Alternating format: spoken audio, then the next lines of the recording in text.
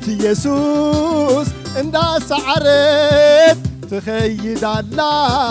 እንዳሰሰነት ተመራሚሮም አይበጽሕዋልዮም بسجان دمين عتمر مرين منجست يسوس الناس عرت تغيد الله الناس سنت تمرامي روم عيبت حواليهم بسجان دمين عتمر زعين بقنا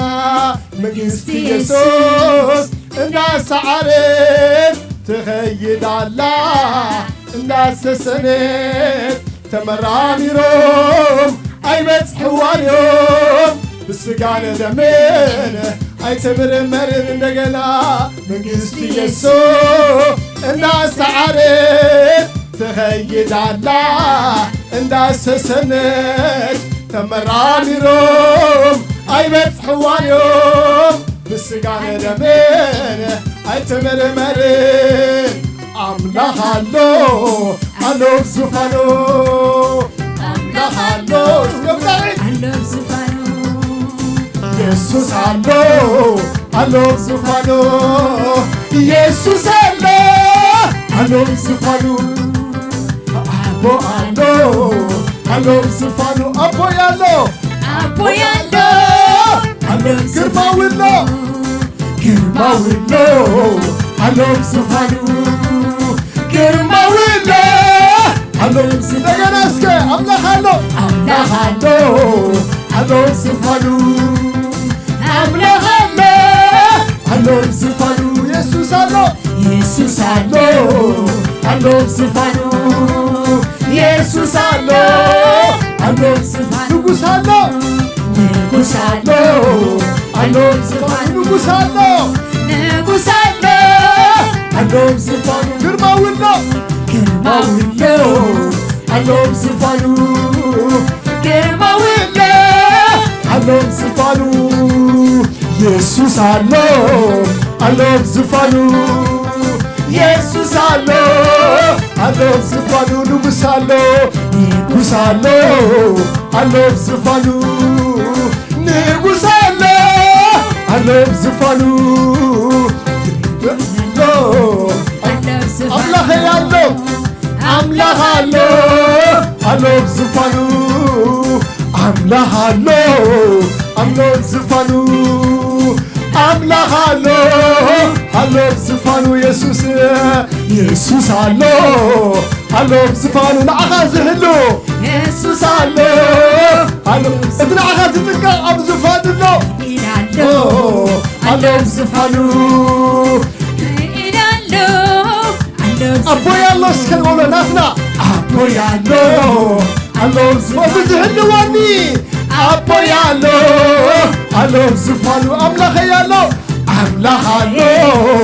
الله زفانو أملاح الله زفانو يسوع الله زفانو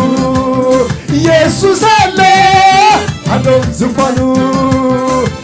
مولو على زفانو كرما ولا على زفانو مجلس يسوع اسكنزا الناس عارت تسعد الله مجلس اسكن انت طاعيتنا هاليلويا دمو طاعيس هاليلويا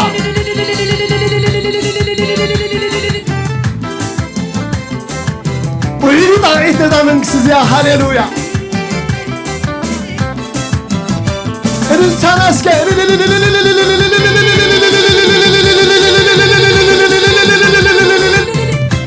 هاليلويا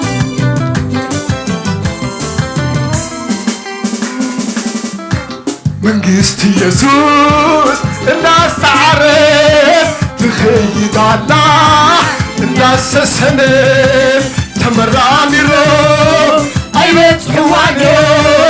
بسجان دمين عيشبر من دقنا منجست يسوع الناس عرف تخيد الله الناس سنت تمراني روح أيوة حواني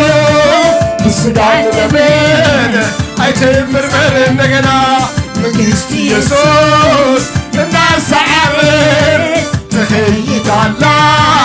እንዳሰሰነት ተመራሚሮም አይበጽሕዋንዮም ብስጋን ደምን አይተመርመርን አምላኻሎ አምላኻሎ አሎም ዝፋኑ አምላኻሎ አሎም ዝፋኑ ኢየሱስ አሎ አሎም ዝፋኑ ኢየሱስ አለ አሎም ዝፋኑ ንጉሥ አሎ አሎም ዝፋኑ ንጉሥ አሎ አሎም ግርማውሎ አሎም ዝፋኑ ግርማውሎ አሎም ዝፋኑ ግርማውሎ አሎም ዝፋኑ ትዝህልወኪ ግርማውሎ አሎም ዝፋኑ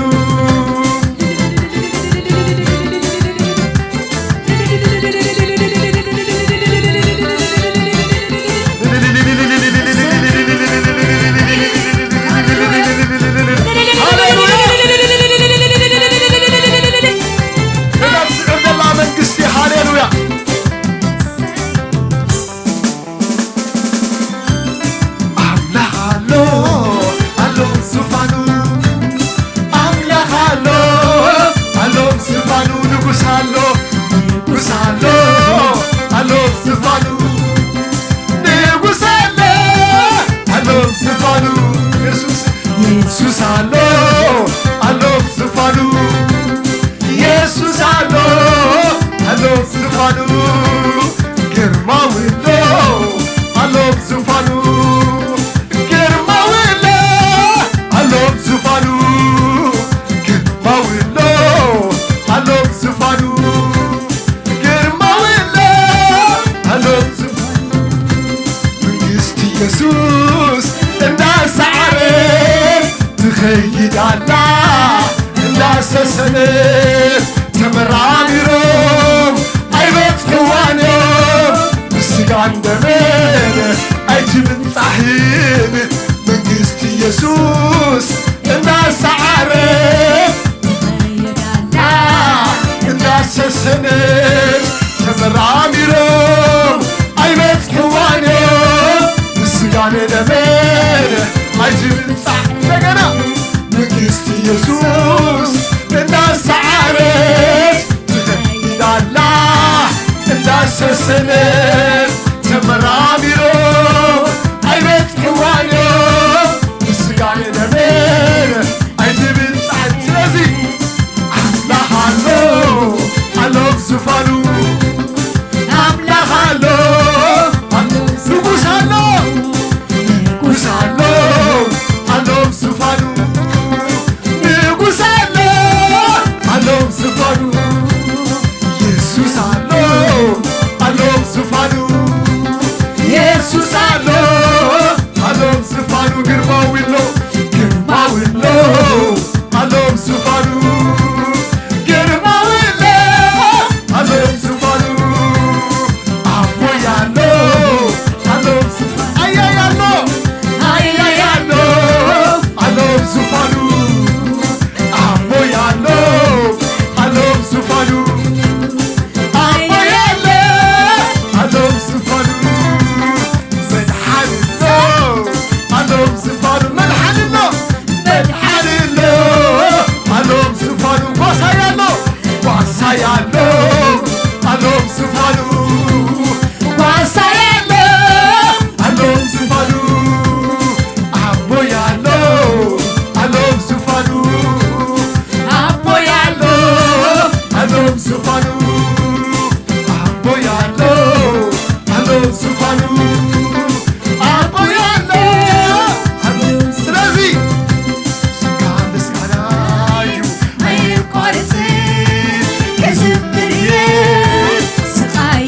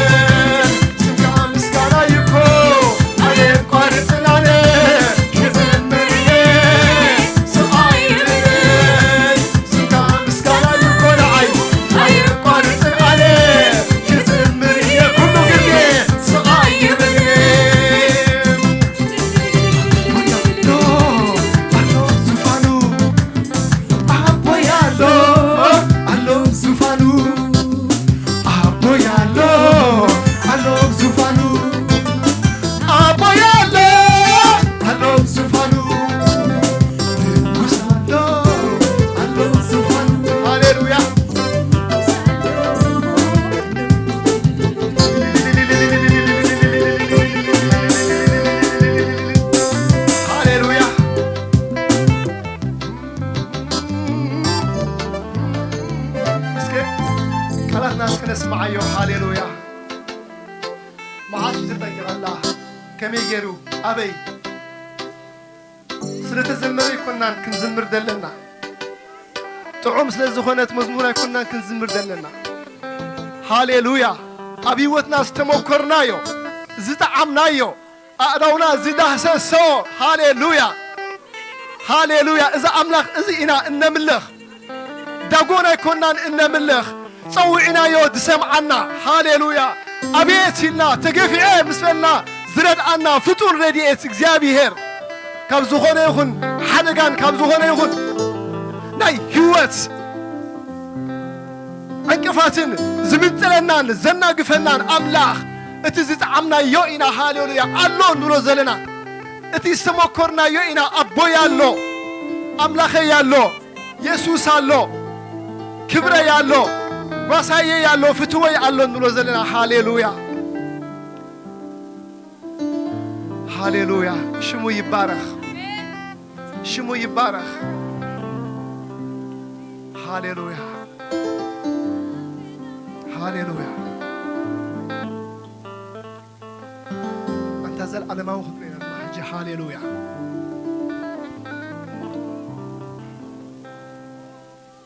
كتحلو زي حل لك كتشكمنا زي حل لك زي بربا مناخب زلواها أملاخنا تسعرنا أبزي بتصحنا لنا هاليلويا حواتي نزلنا حسبنا اسكا كتمهر زي حل لك كتحلو زي حل لك مقدنا بزي قدس نسوقن هاليلويا زتنكا عنا هاليلويا النبياتي زي أي تتنكيني زمن هاليلويا شمو يبارخ زل علماوي هخذونا حجر ما هاليلويا زل علماو الناس أملاخ ستموكرنا زل علماو الناس حلوة أملاخ مهرة أملاخ استعمنا هاليلويا زبلنا اسكدم صنع عوا بينا باقي الناس كنا زل أملاخ زي كبر خذبينا هاليلويا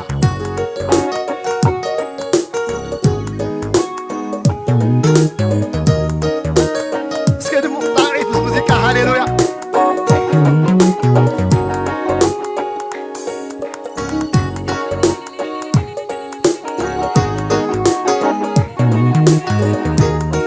هاليلويا نزا أملاخ زي الانتان مسكانا تعريتنا وحيد له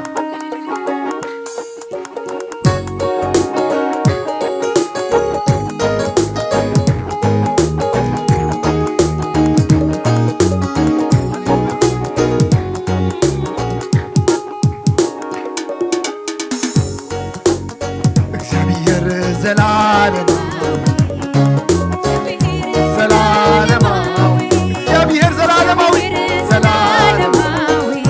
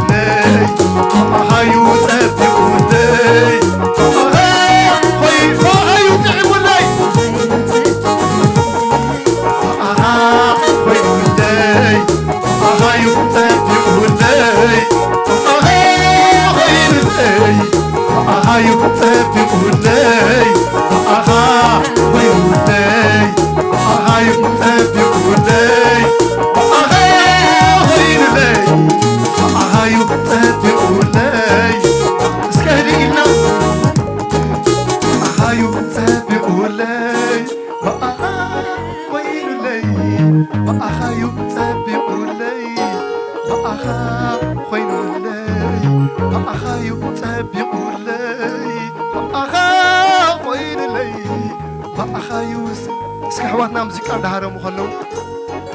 بزيابير تصبق نجار انتهالهم اسكي إذا تصبقوا ناب الناس كده عم نحرا بجملة زي كونس إذا زيابير أبيوتنا أبيتنا أم نابرانا سكومورو نجار إن حسب ناس كده أنت نزيد تصبق كاشم كاي بارخ أنت نزاو كده زي أخم زيجر كده تصبق كاشم كاي بارخ اسكي بي سبيسفيك بركت انتهيو أتصبقوا أبيوتنا هاليلويا جاني زبلنا يو اكزيابير يوت زرعلو أبيوتنا انتهالو نزلنا حسب ناسكي هاليلويا باخي تصبقوا لي نابولو خلو حواتنا بموسيقى مسكين نسو ده تصبقوا نقرات نسو نسو زت عمو نجارات نسو هاليلويا حجون كوبوت مثل أبكر منا بكريستوس بأملاخنا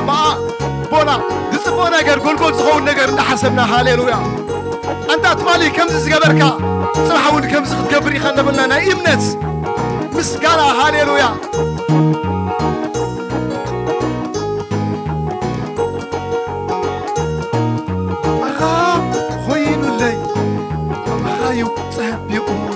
زون باخي تبيو اتياون باخي تعيمات اللي اتيا رخي بيا زلخو نص غزاب كان يا باخي تعيمات هاليلويا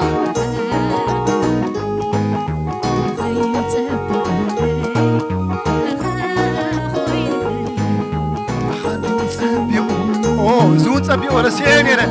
زياون باخا تبيغا زياون باخا قول كوينا قومو خينات النزنبرت نزيم نس منكم كان على اللايو من كان على الليل بالكون الصغاز قبت الكايو لك خالي دونقول لا بالويو هاليلويا شمكا يبارخ واو كميز بلا محرس كميز بلا أبو زي الألمة وزخون أبلا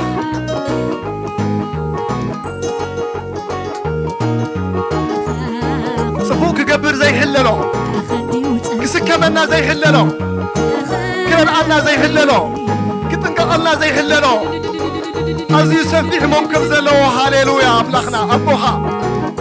شمو يبارك هاليلويا نسو نصبهم نقرات هزيهم بزحات يوم إيرا خوين الناس بلناهم نسو زد عملنا نقرات هزيهم بزحات يوم حواسي أبي وطنا حولت قديفهم زخونوا نقرات هزيهم بزحات يوم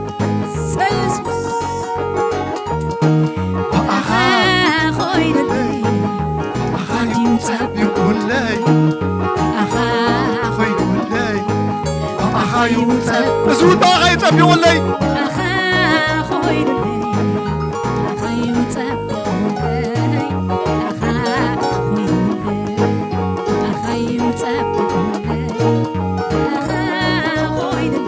هاليلويا هاليلويا شما أملاخنا يبارك اسكا دموع عدلتانا زي أملاخ زي هاليلويا دموع عدلتا هاليلويا هاليلويا شمو يبارك أفضلنا يا خوف منا باستر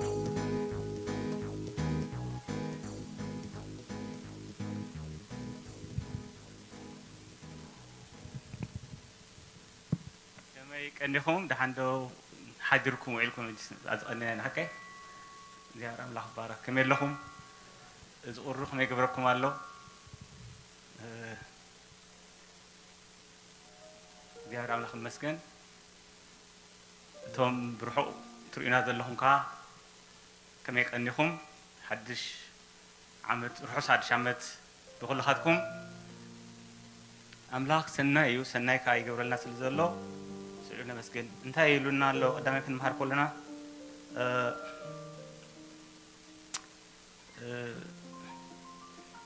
نقرب جديد رأيوس دحر زبن نتكيهم زبل قال تبحر انت مهرنا لنا هلا جديد حدا جديد انت مثل كم زي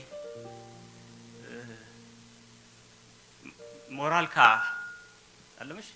كيتبل دفاف زلو زمان مثل قلت حقي قال سي حقي كم زي قال مش نمفرح تبع صاحب مثل حقي ده قنا يكون حقي ولا مثل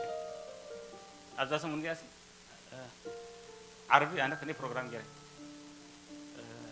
قال إن حوات نقص فعلي تعرف حدا جزاه صاحبكم كم ليش والله كم عصرت قبة هذا اليوسف ولا تدرب كذا كذا يسمعك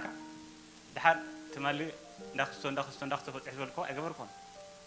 أملاك جنا عدل حبون هجي هذا مسألة هذا مالتي سلزي كند منتهي دخمات مخانا أنا رجل نامو كملنا تحقق فينا خلنا بركم زلنا ساعة قويتها ذهبنا مع التحسب يقبل أن توم 10 سنوات أهم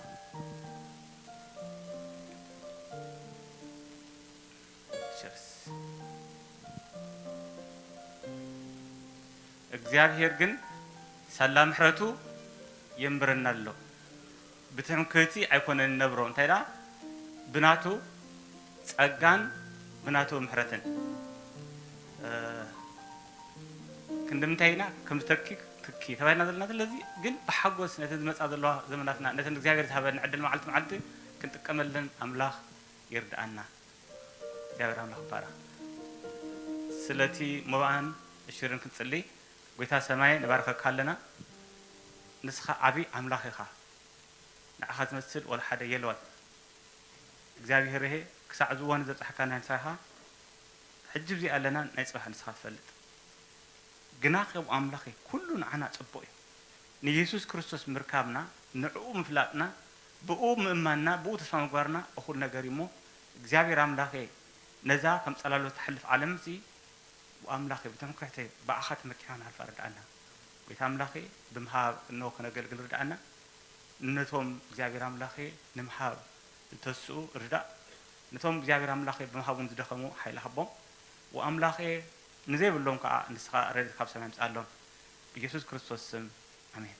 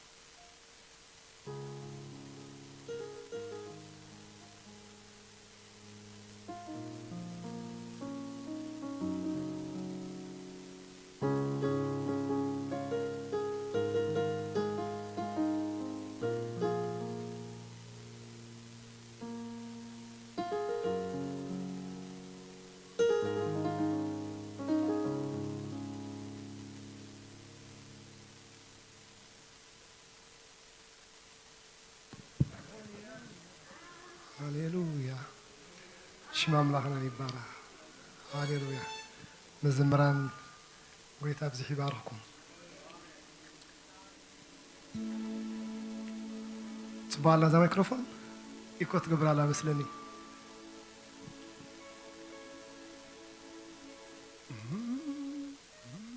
حنت مزمور كنزمرين أملاخ مسين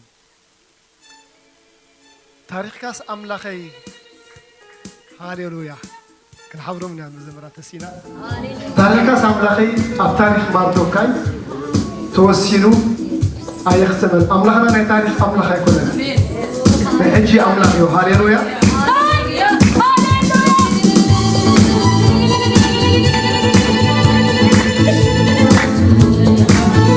تاريخ أملاخي ثم تفتح عوينا ثم زين فتح أخذنا لملاينا طافوقنا التاريخ ماردوكاي توسينو أيختمل تفتيبيو أو يوسي وحيز كستاقر بحاوي كحلم يمانيك إيدكا وعنسي يمانيك إيدكا نعي كتناقر رياضتو يا عيني سراويت كتحسو قطري تطاررتي سيلاتو نفسي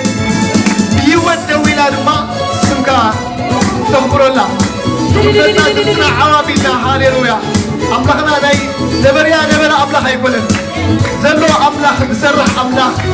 هي وزغنا أملاخنا نملخ هاليلويا تاريخ أملاخي تاريخ ماردوكاي توسينو يختمل تفتيبو يوتي وحيز كساقل بحويك عالم يماني جيسكا نعيك تناقف رياضو يا عيني سراويت كتحسو كتري تطاررتي سيراتو نفسي بيودويلا سمكا تخبرونا دقنا تاريخ أملاخي أب تاريخ ماردوكاي توسينو يختمل تفتيمو يبهي وسي تفتيمو وحيز كساقر كله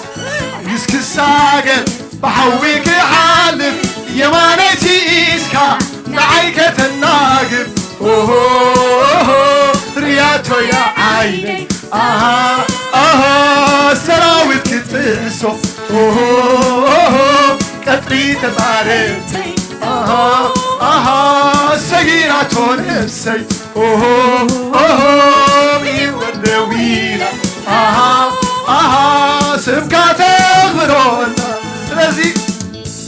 እግዚአብሔር ሲዓብ ነገር ገሩለዩ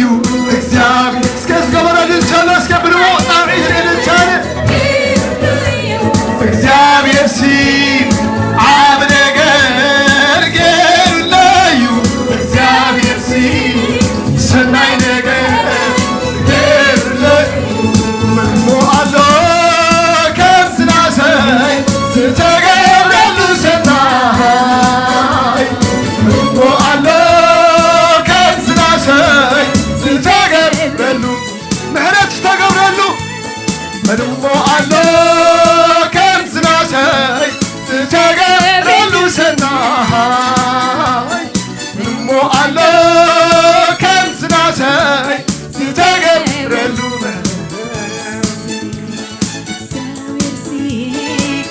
ነገር ገሩለዩ እግዚአብሔር ሰናይ ነገር ገሩለዩ እግዚአብሔር ነገር ገሩለዩ እግዚአብሔር ሰናይ ነገር ገሩለዩ እሞ አሎ ከምዝናሰይ ተገብረሉ ሰናይ ምንሞ አሎ ከምዝናሰይ ዝተገብረሉ ታሪክካስ ኣምላኸይ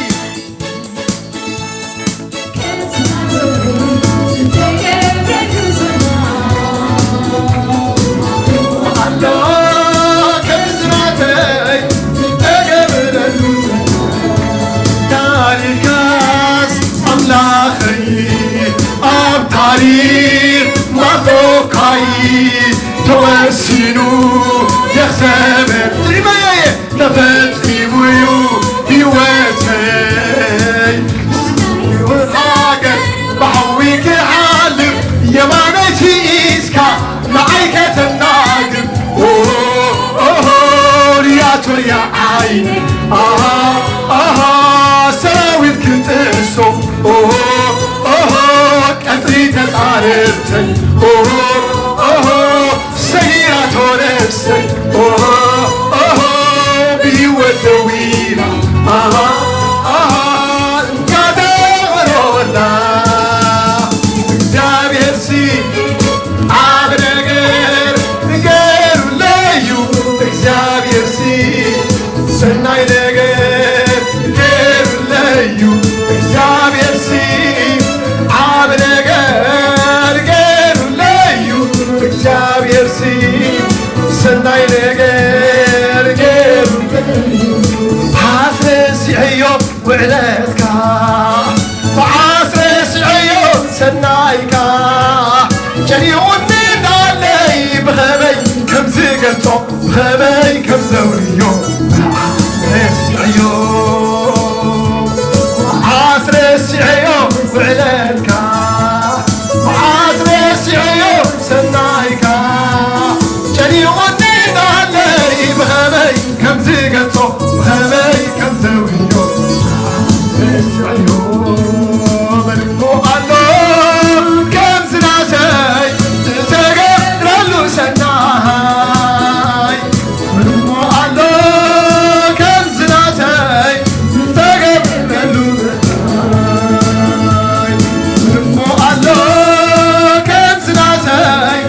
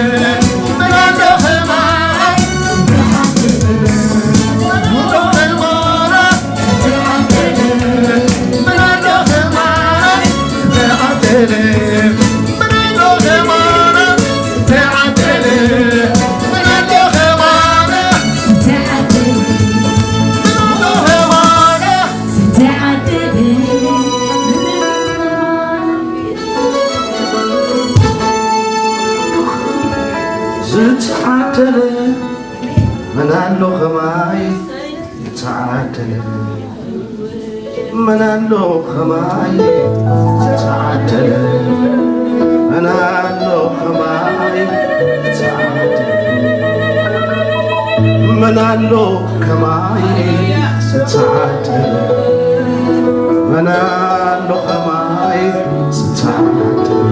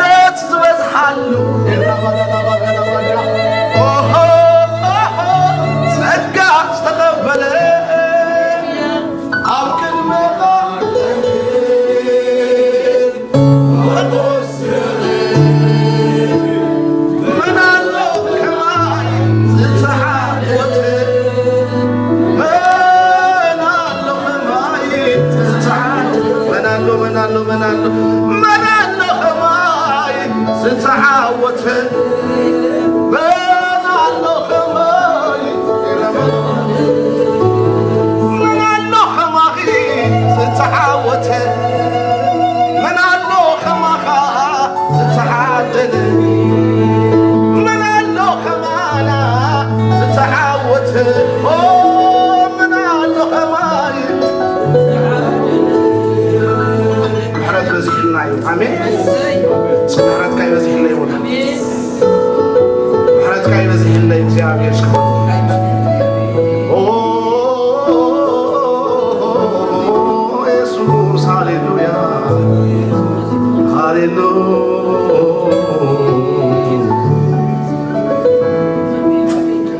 هاليلويا هاليلويا محرت كايو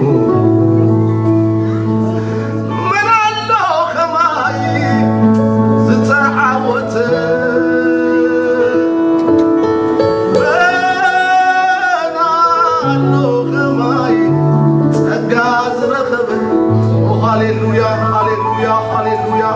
እግዚአብሔር ልታቁም ዳይት ምስካውን ቆይታስ እግዚአብሔር ሃሌሉያ ተካይ በዚህና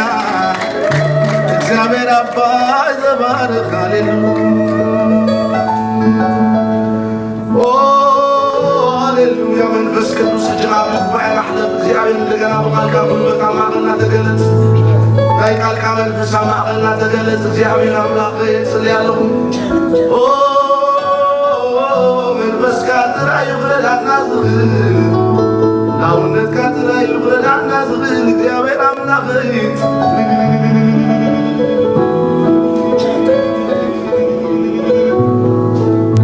ሃሌሉያ ሃሌሉያ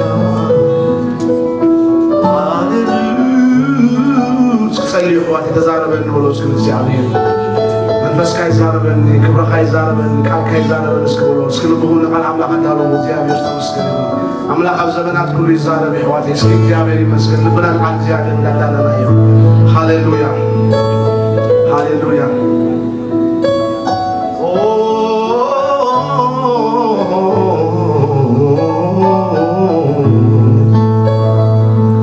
አምላክ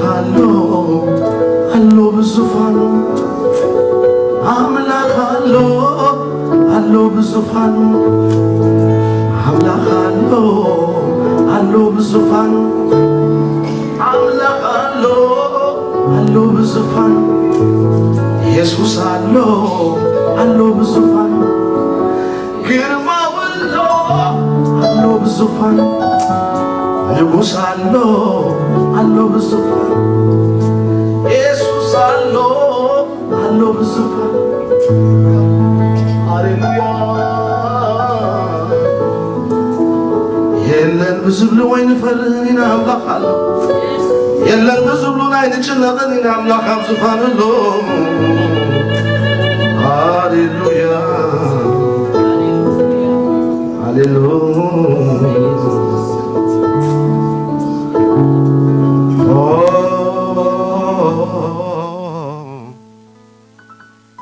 መንግስት ኢየሱስ እና ሰዓረት تخيدالا الناس السنت وداديروم هايرخ بوان يوم سقان دمين عيتمرمر منقست يسوس عنا دمقت تخيدالا الناس السنت وداديروم هايرخ بوان يوم سقان دمين عيتبتصحن يا زمان قست زي حواتي بسقان دمين عيتمرمرن يا زمان قست زي ذا أملاخ زي بسقان دمنا يبتصحني أوه ذا أملاخ زي هاليلويا هاليلويا هاليلويا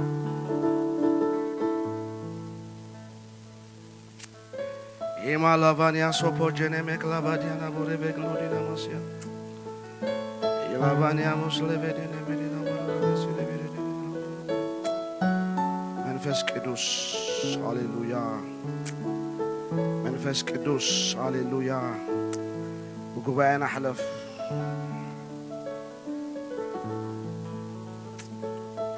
قبعنا حلف منفس قدوس وقبعنا حلف منفس قدوس هاليلويا أملاك كحسو سبا يكونن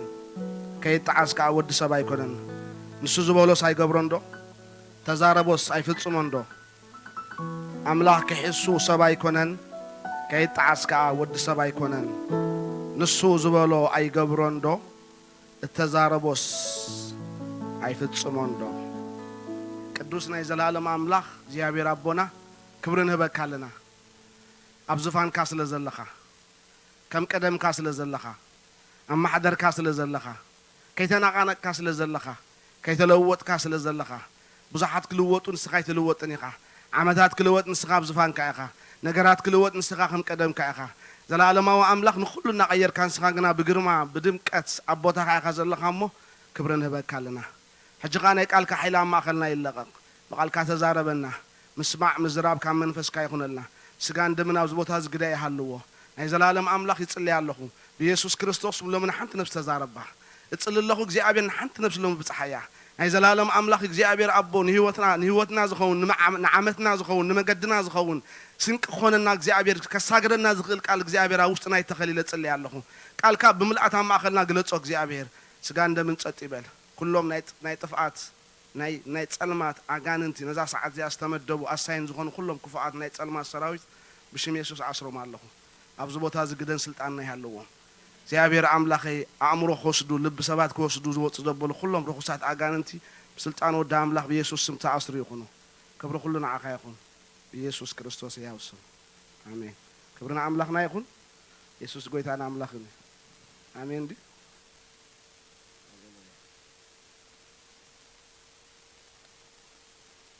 ኢየሱስ ጎይታዬ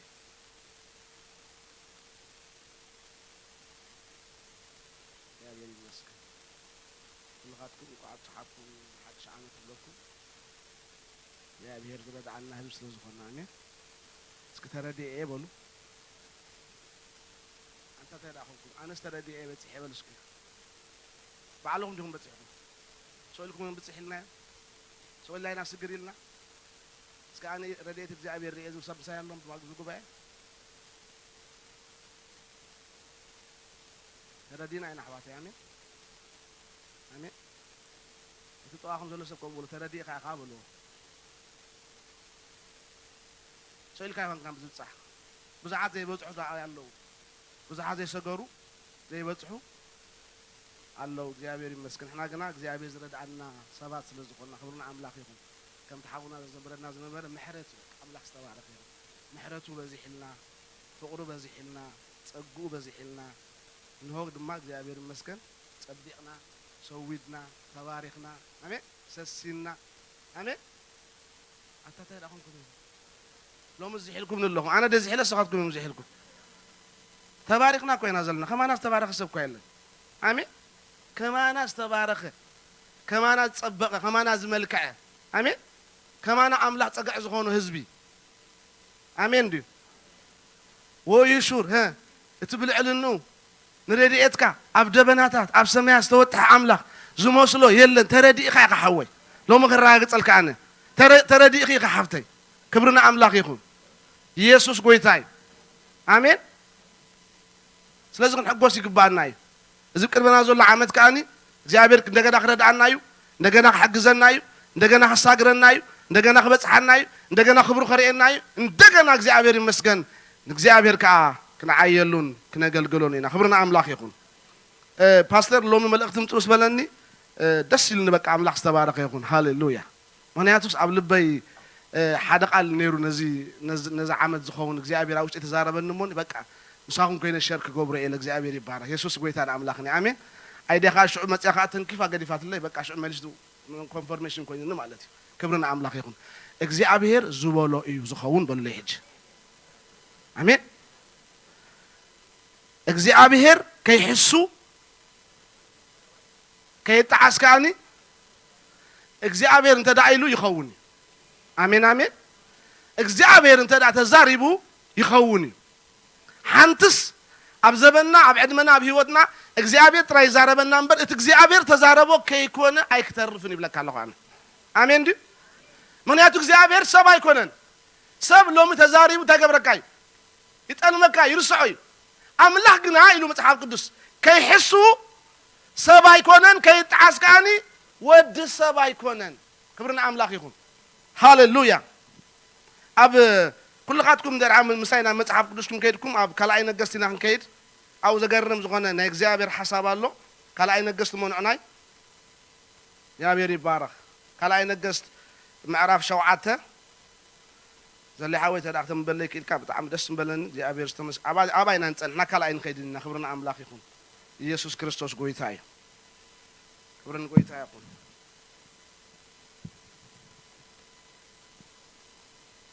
ካልኣይ ነገስት 7 ምዕራፍ እግዚአብሔር ይባረኽ ካብ ሓደ ጀሚርካ መንበል ዘሊሓ ወይ ኢየሱስ ጎይታ እዩ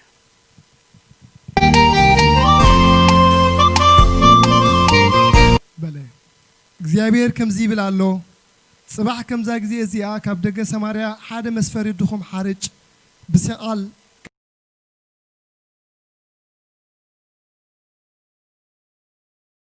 ነበረ ሓልቃ ድማ ነቲ ናይ ኣምላኽ ሰብ እነሆ እግዚአብሔር ኣብ ሰማይ መሳኹቲ እንተዝገብርሲ እዚ ነገር እዚ ይኸውን ዶ ኢሉ መለሰሉ ንሱ ከዓ ብዒንትኻ ክትሪዮ ኢኻ ግናኸ ካብኡ ኣይክትበልዕን ኢኻ በለ ኣባን ፀኒሕና ኣምላኽ ዝተመስገነ ይኹን እዚ ታሪክ እዚ ኩላትና ኣንቢብና ያለና ኣብ ሃገር ሰማርያ ከቢድ ጥሜት ኮይኑ ኣብ ሻሻይ ምዕራፍ ከይና እንተ ደኣ ተቃላፅኒዕናዮ ኣዝዩ ከቢድ ጥሜት ኮይኑ እቲ ጥሜት እቲ መፅሓፍ ክነግረና ከሎ ደቀን ክሳዕ ዝበልዓ እንታይ ኮይኑ ጥሜት ኮይኑ ንጉስ ናይ ቤን ሃዲድ ዝበሃል ንጉስ ነታ ሃገር ምስ ከበባ ነታ ከተማ ምስ ከበባ ኣብታ ሃገር እንታይ ኮይኑ ከቢድ ጥሜት ኮይኑ ኣብ ሻድሻይ ምዕራፍ ጥቕሲ 24 ከምዚ ኢልና ድሕሪዚ ድማ ኮነ ቤን ሃዲድ ንጉስ ሶርያ ብዘሎ ሰራዊቱ ኣኽቲቱ ደየበ ንሰማርያ ከዓ ከበባ እንታይ ገበራ ከበባ ንሰማርያ እንታይ ገይርዋ እዚ ንጉስ እዚ ከቢብዋ ኣብ ሰማርያ ድማ ብርቱዕ ጥሜት ኮነ እንሆ ድማ ርእሲ ኣድጊ ብ80 ስቃል ብሩር ስልዑ ሓሪግ ርግቢ ከዓ ብ5 ስቃል ብሩር ክሳዕ ዝሽየጥ ኣፅበበላ እዚ ንጉስ እዚ ነዛ ከተማ እዚኣ እንታይ ገይሩላ ኣፅቢቡላ እቲ ጥሜት ድማ ዝኸፍአ ክሳዕ ደቀን ክበልዓ ክሳዕ ድማ ዝብላዕ ተሳኢኑሲ ቆልዑ ክበልዓ ክሳዕ ዝኸውን እንታይ ኮይኑ እቲ ሃገር ጥሜት ኮይኑ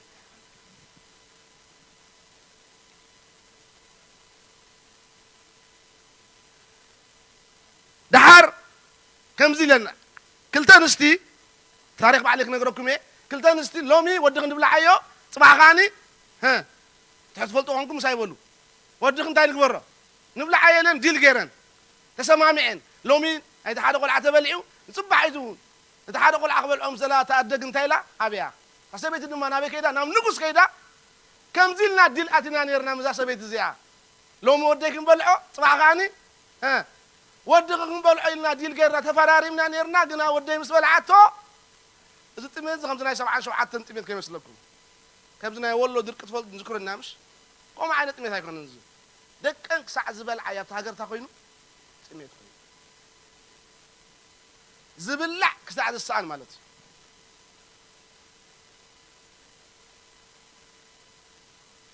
نابت نوبس كيدن طريقين نوبس كان تايلون أنا منتخب قبلي حجدي خاب ويني صميق وين خمس سالكن حجدي كم مخازن خيد أخل كتقول زجورنا نجري بلين لون تحر زجر بنجر أملاك استمسكني يكون عرف شو عتقنا إلسا زبها لنا يجزي أبي يرسل يريب لنا صحاب قدس سكنا يجزي أبي يرسل يبزح لنا بلو تنبيزون بيس سبات يبزح لنا سكبلو نيجزي أبي نجر زمت لنا سبات يبزح لنا سكبلو آمين إلسا جنا خبرنا أملاك يكون مسك زي أبير منفس قدس تتحاز السب مسك زي أبير دما ركب زنبرو بس منفس قدس دما زارب سب زنبر قال متيلو أملاك استبارك يا قال كمتسالك أي زعما زغت صاغر يا آمين بلو قال زي أبير مس متسالك نتعب كبابي خازلو زي كون زمسل نجر بين صغرو بتقال صغرو ناب إلسا دما انتاي زمتي قال متي زي أبير سقال متي بلو سقال متي بلو انتاي زبل قال متي إلسا دما قال እግዚአብሔር ስምዑ በለ እግዚአብሔር ከምዚ ብላሎ ጽባሕ ከምዛ ግዜ እዚኣ ኣብ ደገ ሰማርያ ሓደ መስፈር ድኹም ሓሩጭ ብሲቃል ክልተ መስፈር ስገም ከኣ ብሲቃል ክሽመት እዩ ኢልዎ እዚ ትንቢት ይበቃች እዚ ትንቢት ከኣ እንታይ ዝበሃል ትንቢት መጽሓፍ ቅዱስ ትንቢት ኣይግበሩ ኢሉ ትንቢት ዘበለ እንታይ ትግበሩ ኣይትንዓቁ መርምሩ ኣሜን በሉ ኢሉ እግዚአብሔር ተመስገነ ይሁን ሃሌሉያ ትንቢት መጽዩ እንታይ ዝብል ትንቢት ነገር ክልወጥ እዩ ጽባሕሲ ኣብዛ ጥሜት ኮይና ዘላ ሃገር ኣብዛ ምንም ዘይብላ ሃገር እኽሊ ክኸውን እዩ ሓደ ናይ ንጉስ ዓስከር እዚ ከመይ ክኸውን እዩ ከመይ ክኸውን ጽባሕ ከማን እግዚአብሔር መሳቆት ጽባሕ ተዝኸፍት እግዚአብሔር ከምዝ ተዝገብር እዚ ከመይ ይኸውን ታይልዎት ናይ እግዚአብሔር ሰብ ታይልዎ بعنتها تريقة كابو كدا اكتب لعني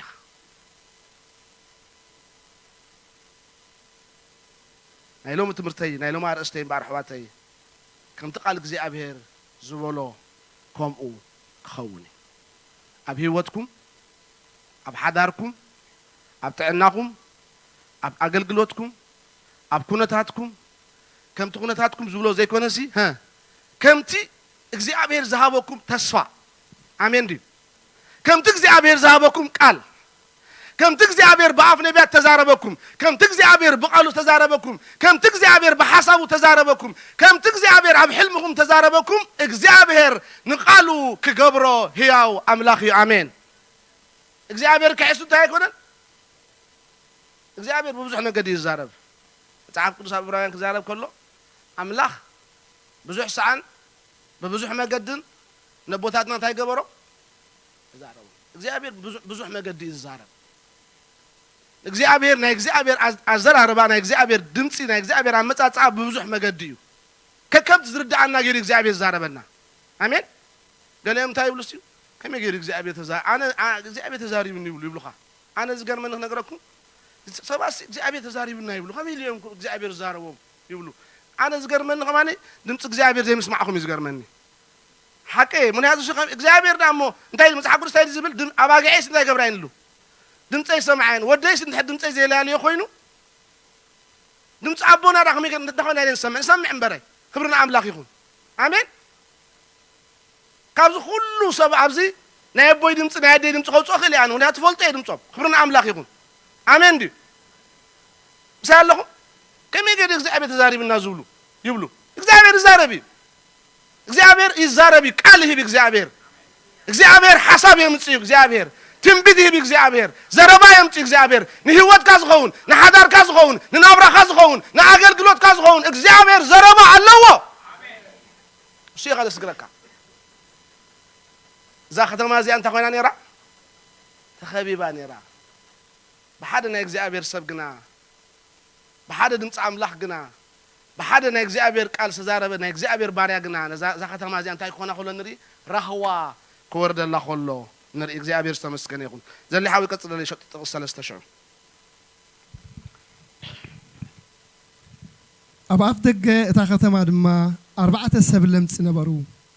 ንሓል ሕዶም ከዓ ስለምንታይ ኢና ክሳብ እንመውት ኣብ ዝኸፍ እንብል ናብ ከተማ ንእቶ እንተበልና ኣብ ከተማ ጥሜት ኣሎሞ ኣብኣ ክንመውት ኢና ኣብዚያ እንተ ተቐመጥና እውን ክንመውት ኢና ደው በለለይ ኣብዚያ እንተ ኮና ክንመውት ኢና እንተ ፈተና ካንተ አንጎይና ስለዚህ ክልቱይ ሞት ካብ ኮነ ካብ ጥሜት ኣብ ዘለዎ ቦታ መይትና ንመውስ ኣብቲ ኸይድና ፈቲና ሙማት ሕሸና ኢሎም እዚኦም ጋር እንታይም ለምጽ ደብሮም ለምጻውያን ከም ቀዳማይ ዝተማሃርና ዶክተር ግምረና ካሎ ለምጽ ዘሎ ሳቤም ዝቕመጡ ኣወጻዮም ዝቕመጡ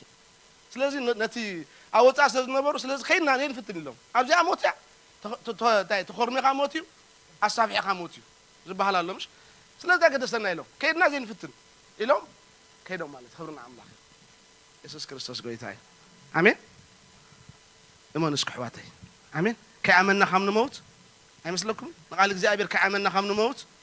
ኣሚንና ታሪክ ሰሪሕና ለውጥ ምፂና ኣብ ህይወትና ኣብ ሓዳርና ኣሜን ኣሜን ድዩ ኣምላኽ ኮን ለውጥ ይፀውዕና ንከተማ ለውጥ ክንከውን ንሃገር ለውጥ ክንከውን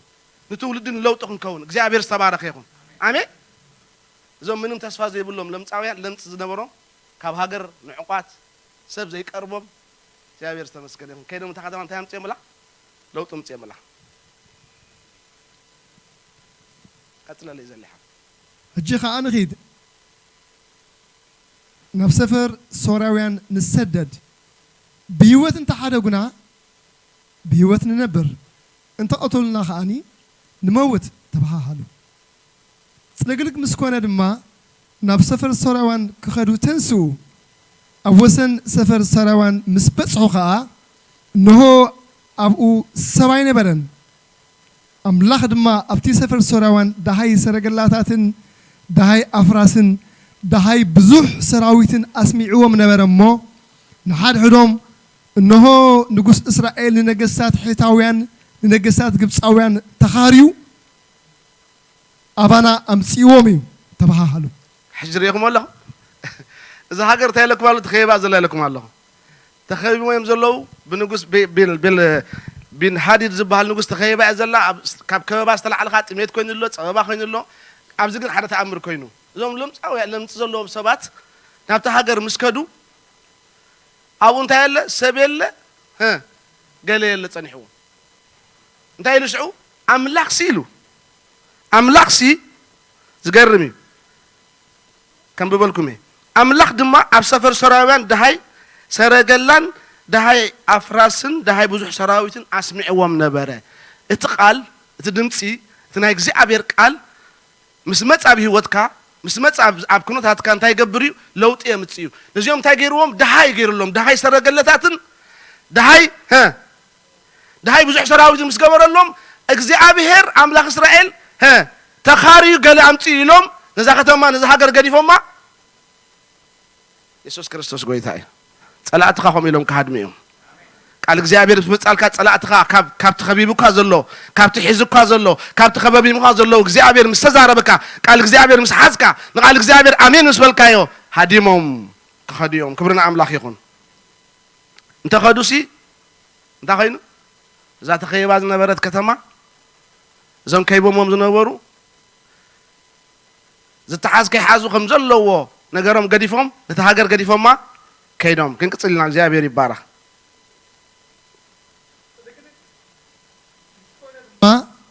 ተንሲኦም ሃደሙ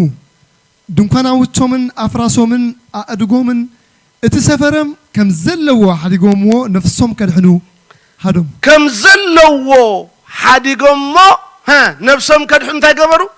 ሃደሙ ወርቅ ዘለዎ ወርቁ ዝብላዕ ኣብ ዘለዎ ዝብላዕ ከም ዘለዋ እታ ከተማ ገንዘቦም ጥሪቶም ማሎም ወርቆም ንብረቶም ገዲፎም ኣታ እግዚኣብሔር እኳ ብሩኽ ኣምላኽ እኳ እዩ ኣሜን እስኪ ሎሚ ንቃል እግዚኣብሔር ከኣምን የበሉ እስኪ ሎሚ ንቃል እግዚኣብሔር ከኣምን የበሉ ብዙሕ ግዜ ሰኣን ምእማንና ኢና እንታይ ንኸውን ዘለና ካብ በረኸት ንጎድል ዘለና تتعمنسي من يقوم يلو قلت يا يسوع كريستوس تايلوا تتعمني كبر أملاخ مرأة نيرك نتز بحالك نتز حسكاية تصفى لوم يؤمنوا كم تي إجزابير زبالو كم يزغون كم تقال إجزابير تزاربو كم يزغون نعود راين تاين كبرو آمين نقول أبزو جزيزي مقبل كمتيل كادي حسب حواتي زبلع كمتيل كادي حسب جزيز الله قلنا قال إجزابير تنبيت قبل عليه مسمته نا إجزابير حسب قبل عليه مسمته تختما كم زلوا وقديفهم ما تاي كبرو هذا مو إجزابير تبارك يكون شمونته እቶም ለምጻማት እቲኣቶም ናብ ወሰን እቲ ሰፈር ምስ በጽሑ ኸዓ ናብ ሓደ ድንኳን ኣትዮም በልዑን ሰተዩን ካብኡ ድማ ብሩርን ወርቅን ክዳውንትን ወሰዱ ከይዶም ከዓ ሓብእዎ ተመሊሶም ድማ ናብ ካልእ ድንኳን ኣሰው ኣብኡ ከዓ ወሰዱ ከይዶም እውን ሓብእዎ ሽዑ ንሓድሕዶም እዚ ንሕና እንገብሮ ዘለና ቅኑዕ ኣይኮነን እዛ መዓልቲ እዚኣ ንሳ መዓልቲ ብስራት እያ ንሕና ከዓ ስኢልና ኣሎና ንጎ ክሳብ ዝበርህ እንተ ጸናሕና ድማ በደል ክኾነና እዩ ሕጂ ከዓ ንኺድ እሞ ኣብ ቤት ንጉስ ኣቲና ንንገር ተባሃሃሉ መጺኦም ድማ እንዘብዐኛ እታ ከተማ ጸዊዖም ናብ ሰፈር ሶርያውያን ከድና ነርና እንሆ ከዓ ኣብኡ እሱራት ኣፍራስን እሱራት ኣድጉን ክዳውንቶምን ከም ዘለዎ እምበር ሰብ ኮነ ድምፂ ሰብ ኮነ የልቦን ኢሎም ነገሩ እግዚአብሔር ይመስገን ኢየሱስ ክርስቶስ ጌታዬ ማን ይኸም ዝገብር ዘሎ ሓንቲ ናይ እግዚአብሔር ቃል አሜን ሓንቲ ናይ እግዚአብሔር ድምፂ ንኹነታት ኩሉ ተገይራቶ ለውጣቶ እስከ ሓንቲ ቃል እግዚአብሔር ይዛረብ እንበሉ ንህይወትኩም ሓንቲ ቃል ተድልየኩም ሕዋተይ ንሓዳር ሓንቲ ቃል ተድልየና አሜን እታ ቃል እዚኣ እንታይ ትገብር ቃል እያ ታሪክ ትልውጥ ቃል እያ ህይወት ትልውጥ ቃል እያ ሰማያትካ ትልውጥ ቃል እያ አሜን ኩነታትካ ትልውጥ ቃል እያ ካብ ከበባ ተውጻካ ቃል እያ ክብርና ኣምላኽ ይኹን እዛ ሓንቲ ቃል እዚኣ እምበር ሕዋተይ ነገራት ክትልውጥ ኮላ ታሪክ ክትልውጥ ኮላ ዝብላዕ ኣብ ዘይብሉ ሃገር ዝነበሩ ብሓንቲ ናይ እግዚአብሔር ቃል ብሓንቲ እግዚአብሔር ዝተዛረቦ ተስፋ እግዚአብሔር ተኻርዩ መጺኡ ኢሎም ነታ ከተማ ከም ዘለዋ ደሃይ ምሰስምዖም እግዚአብሔር ክብርና ኣምላኽ ይኹን ኢየሱስ ክርስቶስ ጌታ እዩ እግዚአብሔር ይባረክ ሕዋተይ እግዚአብሔር በቃል ይዛረብ እዩ እግዚአብሔር ብራእይ ይዛረብ እዩ እግዚአብሔር በሕልሚ ይዛረብ እዩ እግዚአብሔር በትንቢት ይዛረብ እዩ እግዚአብሔር ንሕና ብንርድኦ ይዛረብ እዩ እግዚአብሔር በብዙሕ መንገዲ እንታይ ይገብር እዩ ይዛረበና እዩ እግዚአብሔር ዝተባረከ ይኹን ሃሌሉያ አሜን ስለዚህ ነቲ እግዚአብሔር ዝዛረበና እንታይ ንግበሮ ንሓዞ ነቲ እግዚአብሔር ዝዛረበና አሜን ኢልና እንታይ ንግበሮ ንቀበሎ لأن كل نقال እግዚአብሔር بزعبانا እግዚአብሔር ተዛረቡ በቃሉ ተዛረቡ እንታይ ንግበሮ ደው ኢልና ንሓዞ ኣው ጠጠው ንበል ኣብ ተቃል ንሰረት ነተቃል አሜን ንበሎ ነተቃል ንሓዞ ክብርና ኣምላኽ ይኹን ኢየሱስ ክርስቶስ ጌታ እዩ ካን ኣብ መሳፍንት ወንዓና ዘሊሓው ሻርሻይ ምዕራፍ እግዚአብሔር ዝተመስገነ ይኹን ድሓር ናብ ዝክንመለስ ኢና ክብርና ኣምላኽ ይኹን እዚ ታሪክ እዚ ጊዴዎን ዝበሃል ሰብ ኣብ ትሕቲ ሚድያናውያን እንታይ ኮይኖም ነይሮም ተኸቢቦም ነይሮም ጊዴዎን ከዓኒ ፈሪሁ እንታይ ብለና ቃል እግዚአብሔር ዘይግበር ነገር ገብር ከሎ ርኢና ያለና ወይንስ ኣብ ምንታይ ኮይኑ ፀምቕ ከሎ ኣንብበሊ ዘሊሓወይ ሃሌሉያ ሎሚ እግዚአብሔር ቃሉ ክሰደልና እዩ ነቲ ዝሃበና ተስፋ ክንሕዞ ኢና ብኡኻ እንታይ ጌርና ክንወፅ ኢና ስዒርና ክንወፅ ኢና ክብርና ኣምላኽ ይኹን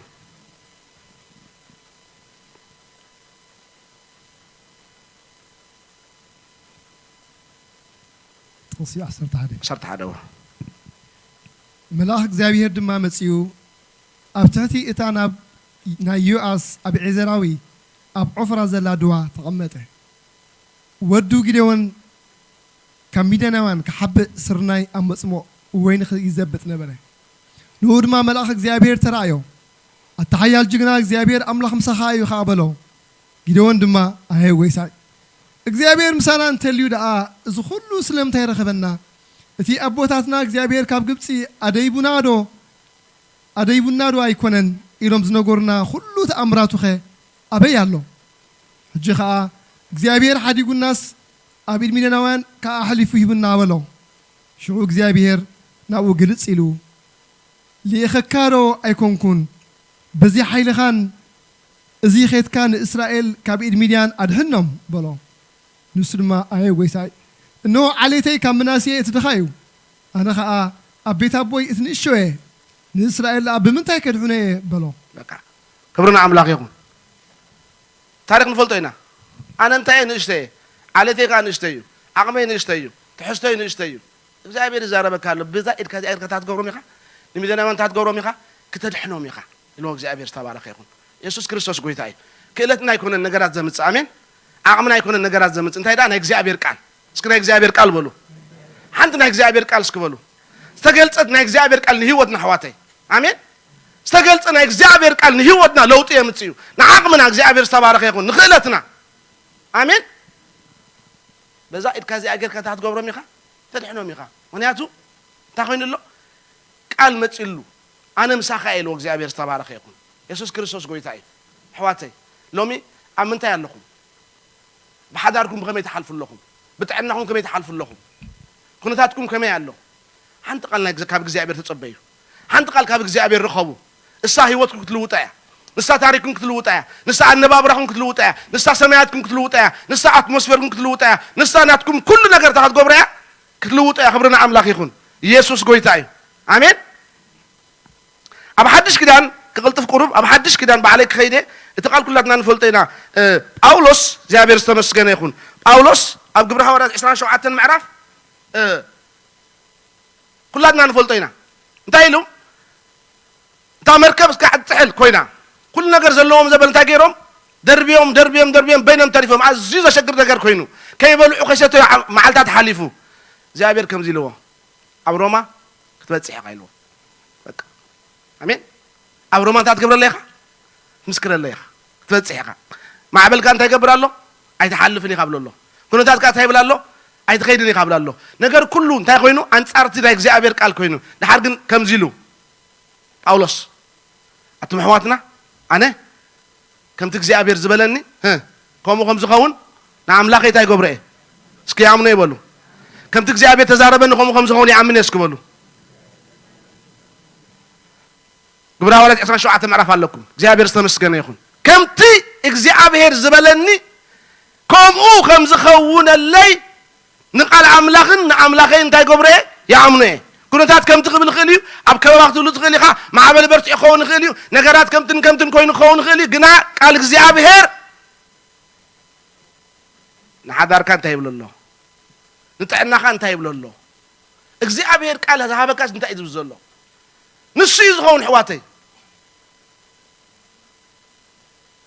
ንምኽርኻ ብዘይፍልጠት ተፀልምቶ ዝኽእል የለን እዮብ ከም ኢሉ ኣሜን ንምኽሪ ኣምላኽን ቃል ኣምላኽን ከፀልምቶ ዝኽእል የለን እግዚአብሔር ዝተመስገነ ይኹን ክብሪ ንጎይታ ይኹን ኣሜን ድዩ ስለዚ እንታይ ቃል ይህብኩም ኣሎ እግዚአብሔር ሎሚ ቁሩብ ዕድል ክበኩም እየ ንሓዳርኩም ዝኸውን ንኣገልግሎትኩም ዝኸውን ንቤተክርስትያን ዝኸውን ንህይወትኩም ዝኸውን ንጥዕናኩም ዝኸውን እግዚአብሔር እንታይ ተዛሪብኩም ኣሎ ንዑ ሕጂ ዘክርዎ ሓዝዎ ንዑ እሱ እዩ ዝኸውን እመንዎ ንዑ ኩነታትኩም ኣይትርአዩ ተሓልፍዎ ዘለኹም ነገር ኣይትርአዩ ጥሜት ነይሩ ከበባኢ ነይሩ ግና ማዕበል ነይሩ ግና እንታይ ይብላ ኣሎ ንኣምላኸይ ከምቲ ዝበለኒ ከምኡ ከም ዝገብሮ ይኣምኖ እየ ትዘገልግሎ ኣምላኽ ይፈልጦ እየ ትሰዓብክዎ ኣምላኽ ይፈልጦ እየ ሎሚ ከዓኒ ክንበፅሕ ኢና ኢሉ እግዚአብሔር ዝተባረኸ ይኹን ኢየሱስ ክርስቶስ ጎይታ እዩ ክብርና ኣምላኽ ይኹን እስኪ ከምቲ እግዚአብሔር ዝበለኒ ከምኡ ክኸውን ይበሉ ኣሜን ኩነታት እንታይ ይብላ ኣሎ ኣይገድስኒ ሓንቲ ቃል ጥራይ ሓዙ ኣሜን ዲ ሕዋተይ ማዕበላት እንታይ ይብላ ኣሎ ኣይገድስኒ ዘገድስ እግዚአብሔር ብዛዕባና እንታይ ይብላ ኣሎ ነዚ ዓመት እዚ እምበኣር ሕዋተይ እቲ እግዚአብሔር ዝበለኩም ንሱ ክኸውን እዚ ዓመት እዚ እግዚአብሔር ትዝበለና ክኸውን እዩ ቃል እግዚአብሔር እዩ ዝፍፀም ኣሜን ኣብቲ እንታይ ይበሃል ኣሎ ኣይገድስኒ እግዚአብሔር ንዓኻ እንታይ ኢልኩ ኣይዘገድስ ኣሜን ድዩ እግዚአብሔር ንዓኽ እንታይ ኢሉኪ ንሓዳርካ ንውልቅኻ ንቤተክርስትያን እንታይ ኢሉና እግዚአብሔር እንታይ ተዛሪቡና ንዑ ንሓዞ ኣብኡ ጠጠው ንበል እግዚአብሔር ንዑ እንታይ ገብሮ እዩ ክገብሮ እዩ ክብሪ ንጎይታ ይኹን ካልእ እግዚአብሔር ብዛዕባ ካብቲ ዝበለና እግዚአብሔር بزعبا فوسي እግዚአብሔር ካብ ቃል አምላክ እንታይ ይሉና ኣሎ ኢልና ንርኢ ንኽእል ኢና እግዚአብሔር ዝተባረኸ ይኹን ፈውሲ ብዛዕባ ፈውሲ ብዙሕ ተዛሪቡሎ እግዚአብሔር አሜን ክንፍወስ ፍቃድ አምላክ ድዩ እስኪ ፍቃድ አምላክ ይትብሉ አነ ክጥዕ ፍቃድ አምላክ ይትብሉ ቃል አምላክ አለ መረጋገጽ አለን ትብሉ እስኪ አሜን ንሕማምኩም ከም ዝበልዎ አነ እግዚአብሔር ፈዋሲ ኻ እሞ እቲ ናብ ግብፃውያን ሰደድክዎ ሕማም ናባኻ ኣይክሰዶኒ በቃ አነ ኮንኩን ኢለ መጽሐፍ ቅዱስ ይኹም እዩ ዘጸአት 15:26 ሓዙ ብሕማም ተሓልፉ ዘለኹም ኣብዛ ዓመት ከም ዝበሉ እግዚአብሔር ቃልካ ከምዚ ኢሉ እዩ እዚ ቃል እዚ ቃልካ እዩ እዚ ቃል እዚ ካብ ዝሓልፍ ከኣኒ ሰማይን ምድርን ክሓልፍ ኣታለኹም ዲኹም ሳይ ነግረኩም ኣለኹ ኣነ ቃል አምላክ ካብ ዝሓልፍ ሰማይን ምድርን ክሓልፍ ንእግዚአብሔር ይቀሎ ስለዚ ከም ዝበሉ ንሕማምኩም ምሳይ ኣለኹም ዲኹም ንሓደ ሰብ ዛረብ ኣለኹ ምሳይ ኣለኹም ንሕማምካ ከም ዝበሎ ኣነ እግዚአብሔር ፈዋሲኻ ኢልካ ኢኻ እቲ ናብ ግብፃውያን ሰደድክዎ ሕማምካ ናባኻ ኣይክሰዶን ኢልካ ኢኻ ስለዚ እዚ ሕማም እዚ ወእግዚአብሔር በልዎ በቃልካ መሰረት ካብ ህይወተይ ክኸይድ ኣለዎ እስከ አሜን በቃ ቃል እግዚአብሔር እንዲሆም ይሉ አሜን አነ ምስ እግዚአብሔር ዋረዳለሁ ኢየሱስ ክርስቶስ ጎይታ እዩ በቃ ቃልካ እግዚአብሔር ሃሌሉያ ብዛዕባ ጽድቀይን ብዛዕባ ግብሪ አዳወይን እንታይ ግበሩ እንዲሉ እግዚአብሔር ሕቶቱን ኢሉ እዩ ካልእ እግዚአብሔር ዝተባረኸ ይኹን ካልእ ኢያሱ 1:9 ከኣኒ ጽናዕ ትባዕ ኢለ ዳያዘዝኩ ኣነ ኣምላኽ ኣብ ትኸዶ ዘበለ ኩሉ ምሳኻ ክኸውን እየ ቃል እግዚአብሔር ድዩ እዚ ክኸውን ናይ ግድን ድዩ ኣሕዋተይ ኣብ ትኸዶ ዘበለ ኩሉ ምሳኻ ክኸውን ኢልካ ኢኻ እግዚአብሔር አሜን ኣብ ትኸዶ ዘበለ ኣብ ዝኸዶ ዘበለ ኣብ ዝኣትዎ ዘበለ ኣብ ዝወፆ ዘበለ ምሳኻ ክኸውን ኢልካኒ ኢኻ እዚ ቃል እዚ ቃልካ እዩ ነዚ ቃል ዝኣሚነ ወፅእ ኣለኹ ነዚ ቃል ዝኣሚነ ሰርሕ ኣለኹ ነዚ ቃል ዝኣሚነ ይኣቱ ኣለኹ ነዚ ቃል ዝኣሚነ ወፅእ ኣለኹ ኢልኩም ሓዝዎ እዚ ቃል ካብ ፍርህ ዘበለ ካብ ስምባደ ዘበለ ክትናገፉ ኢኹም ክብሪ ንኣምላኽ ይኹን አሜን ክብሪ ንኢየሱስ ይኹን እቲ ቀቅድመኻ ዝኸይድ ድማ ንሱ እግዚአብሔር እዩ ንሱ ምሳኻ ክኸውን እዩ ኣይጠልመካን ኣይሓድገካን ከዓ ኣይትፍራህ ኣይትሸበር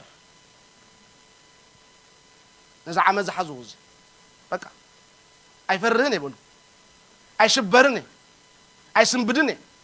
ምክንያቱ ቀቅድመይ ዝኸይድ መን እዩ ብኢኮኖሚ ተሳቀዩ ሰባት ብስራሕ ተሳቀዩ ሰባት ከም ዝበሎን እግዚአብሔር እዚ ቃል ቃልካ እዩ ኣይትፍራህ ኣይትሸበር ኣይጥንጥነካን ኢልካኒ ኢኻ ስለዚ እዚ ቃል ዝሕዞ ኣለኹ ኢልኩም ሓዝዎ እግዚአብሔር ዝተባረኸ ይኹን አሜን እንታይ መጨረሻ እንታይ ዝኸውን ኣይናይ ዝኸውን እግዚአብሔር ዝበሎ እዩ ዝኸውን ቃል እግዚአብሔር እዩ ዝኸውን ቃል እግዚአብሔር ልዕሊ ኩሉ እዩ እግዚአብሔር ንቃሉ ልዕሊ እንታይ ገይርዎ ኣሎ ልዕሊ ስሙ እንታይ ገይርዎ ኣሎ ኣኽቢርዎ ኣሎ ኣምላኽ ዝተባረኸ ይኹን አሜን ድዩ ክብሪ ንጎይታ ይኹን ብኻል ለውጥ ኣይተምፅእ ኢኻ ብኽእለትካ ለውጥ ኣይተምፅእ ኢኻ ብለካ ኣለኹ ኣነ ብጥበብካ ለውጥ ኣይመፅእን ለውጢ ዝመፅእ ብናይ እግዚአብሔር ቃል እዩ ንዑ ብምሓዝ ንዑ ብምእማን እንታይ ዝኸውን ለውጢ ዝመፅእ ኣብ ህይወት እግዚአብሔር ዝተባረኸ ይኹን ኤርምያስ 1:19 ከምዚ ኢሉ ክዋግኡኻ ምሳኻ እሞ ኣይክስዕሩኻን እዮም ببرتع وجه ببرتع نايتصلع معبل تحالفوا زلهم حوات ببرتع كبابا نايتصلعي ببرتع وجه فتنا تحالفوا زلهم أبز عمل زخم زبالو كواجو قتصيهم جنا እግዚአብሔር ምሳይ ስለዝኾነ እንታይ ይገብሩን እዮም ኣይክስዕሩን እዮም አሜን ዲ ስካይ ክስዓር ነው በሉ ኣይክስዓር ነው እስኪ በሉ ተስፋ እኮ ጽቡቕ እዩ እግዚአብሔር ይመስገን አሜን እንታይ ደስ አይብለኩም ተስፋ ጽቡቕ እዩ እግዚአብሔር ይባረክ ካብ ስእልኩም ክስታይ ትገብሩ ተስፋ ሒዝኩም ተወጻኹም ጽቡቕ እዩ ስካይ ክስዓር ነው በሉ ኣብ ሓዳር ኣይክስዓር ነው እስኪ በሉ ኣብ ናብራ ኣይክስዓር ነው እስኪ በሉ ኣብ ኩነታት ኣይክስዓር ነው እስኪ በሉ ክብሪ ንጎይታ ይኹን ኢዮብካ ከምዚ ኢልና ዘፍራሃካ ዘይብልካ በት ክትብል ኢኻ ብዙሓት ከዓ መጎስካ ክደልዩ እዮም ድቃስ ዝኣበየኩም ሰባት ከይትድቅሱ ሰባት ብኻይና ትድቅሱ ነግረኩም ኣነ መጽሓፍ ቅዱስ እንታይ ዝብል ድቃስካ ክትገብር ክትጥዕም በት ክትብል ኢኻ ኣሜን ሎሚ ደርቢዎ እዚ ቃል እዚ ሒዝኩም ደርቢዎ ኣነ ነዚ ቃል እዚ ኣሚነ እየ ስለዚ ክድቅስ እየ በት ክብል የበሉ እግዚኣብሔር ዝተባረኸ ይኹን ሃሌሉያ ኣቱም ኣሕዋተይ ነዚ ቃል ኣምላኽ ንእመኖ ኣብዚ ከይኣመንናዮ ኣበይና ክንኣምኖ እንታይ ኢልዎ ግዲ ካብኡ ኣይክትጥዕመን ኢኻ ብዕንትኻ እንታይ ትገብሮ ኢኻ ዘይምእማን የትርፈካ እዩ ስለዚ ኣሚንና ነዚ ዓመት እዚ እግዚኣብሔር ንሂወትና ተዛረቦ እግዚኣብሔር ንሓዳርና ተዛረቦ ኣሚንና ክንብሎ ኢና ኣብ ሂወትና ካ እንታይ ክኸውን ክኸውን ክፍፀም እዩ ክብርና ኣምላኽ ይኹን ኣሜን ድዩ እግዚኣብሔር ዝተባረኸ ይኹን ዘፍርሃካ ዘይብልካ እንታይ ክትገብር ኢኻ በጥ ክትብል ኢኻ ክድቅስ ኢኻ ኢዮብ 11:9 ብዙሓት ከዓ ንሞጎስካ ክደልይዎ እዮም ኢየሱስ ክርስቶስ ጎይታ እዩ ኣይትፍርሑ ኣሕዋተይ ኣይናይ ዝኸውን እግዚኣብሔር ዝበሎ ኣይናይ ዝኸውን እቲ ቃል እግዚኣብሔር መዓሲ ግን እዚ እቲ ቃል ምስ ኣመናዮ ምስ ሓዝናዮ ኣብ ልብና ምፅሓፍናዮ ክንብሎ ምጀመርና ክንዛረቦ ምጀመርና ክንሕዞ ምጀመርና ብኡ ድማ ደው ክንብል ምጀመርና እግዚኣብሔር ዝተባረኸ ይኹን እንታይ ክኸውን ኣብ ሂወትና ክኸውን እዩ ክፍፀም እዩ ሃሌሉያ ያዕቆብ ከዓ እግዚኣብሔር ከዓ ንያዕቆብ ከምዚ ኢልዎ ኣነ ምሳኻ እየ ዝበልኩኻ ክሳዕ ዝገብረልካ ከዓኒ ኣይክሓድገካኒ ሃሌሉያ ኣሜን ኣሜን ኣሜን ኣሜን ኣሜን ኣሜን ትዝበልኩኻ ትዝበለካ ስጋዕ ዝገብረልካ እግዚኣብሔር ኣይሓድገክን እዩ ትዝበለካ ስጋዕ ዝገብረልካ እግዚኣብሔር ኣይሓድገካን እዩ ኣነ ምሳኻ ኢልዎ ላባን ድዩ ዘታለካ ዘሎ እወ ኤሳው ድዩ ዘፍራሃካ ዘሎ እወ ኩነታት ዘሸቀለካ ዘሎ እወ ኣነ ግና ትዝበልኩኻ ክሳዕ ዝገብረልካ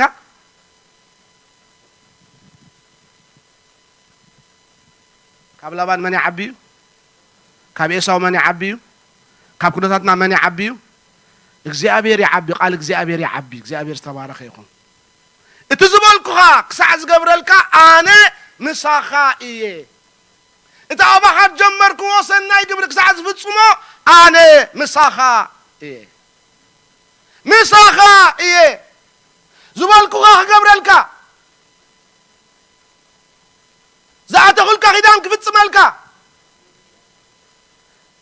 ዝኣተኹልካ ተስፋ ክፍፅሞ ኣነ ምሳኻ እየ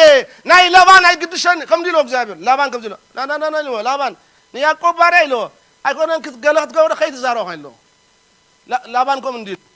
ኣነ ቀትለካ ይሓስበ ነይረ ኢሉ ጭፍራ ሒዘ ይመፅእ ግን ኣምላኽ ኣቦታትካ ከምዚ ኢሉኒ ንያዕቆብ ከይትዛረቡ እግዚኣብሔር እኮ የጠንቅቐልና እዩ ኣሜን ብድቁስና ከለና ከይትንክፋ እስከ ኣሜን በሉ እማን ሓፍተይ ትማል ካብ እግዚአብሔር ከተዋጊላ መን ተዋጊላ ጸላዳ ክምንጥላ እንዲ ሓሲቡ